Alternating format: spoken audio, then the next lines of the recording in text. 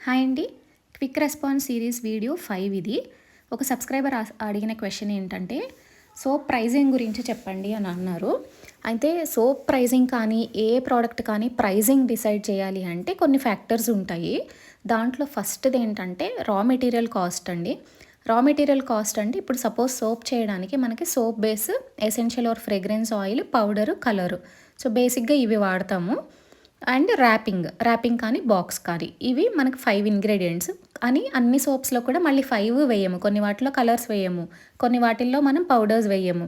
So మీరు ఏ ingredients వాడుతున్నారో first వాటి వరకు మీరు క్యాలిక్యులేట్ చేసుకోండి. ఇంత అవుతోంది ఒక పేపర్ మీద రాసుకోండి. Base cost, essential oil cost, powder cost, colour cost, box or wrapper వాటి కాస్ట్ అన్నీ యాడ్ చేసుకోండి.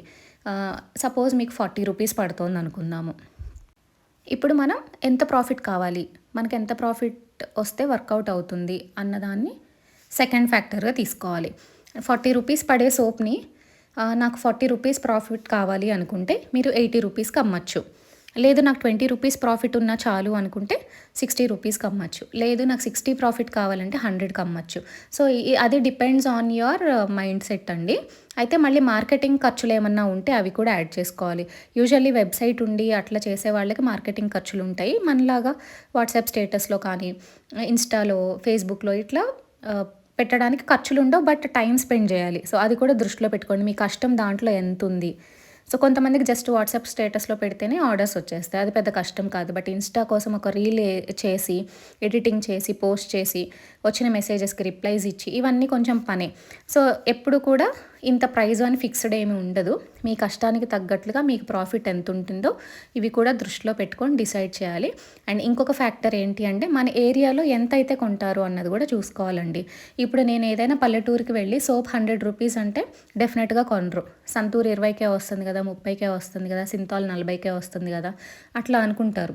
హ్యాండ్మేడ్ సోప్స్ న్యాచురల్ ఇంగ్రీడియంట్స్తో చేసే వాటి ఇంపార్టెన్స్ వాళ్ళకి తెలియదు. సోప్ అంటే జస్ట్ స్నానం చేయడానికే అనుకుంటారు. సో అవతల వాళ్ళని బట్టి కూడా మన ప్రైజింగ్ ఉంటుంది. అదే సిటీలో అయితే సేమ్ సోప్ 150కి అయినా కొంటారు. సో ఇవన్నీ దృష్టిలో పెట్టుకొని మీరు ప్రైజింగ్ ఇచ్చుకోవాలి.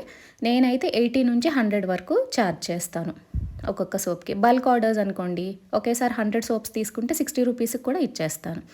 సో ఇవన్నీ దృష్టిలో పెట్టుకొని మీరు ప్రైజింగ్ ఇచ్చుకోవాలి. సోప్స్ అనే కాదు, చాక్లెట్స్ అయినా, బేక్డ్ గూడ్స్ అయినా, షాంపూస్ అయినా ఏవైనా కూడా ఇదే ప్రాసెస్. రా మెటీరియల్ కాస్ట్, మనకు ఎంత ప్రాఫిట్ కావాలి, మన ఏరియాలో ఎంత అయితే కొంటారు. సో ఈ 3 దృష్టిలో పెట్టుకోండి. ప్రైజింగ్ ఈజీగా ఉంటుంది. వీడియో నచ్చితే లైక్ చేయండి. బాయ్.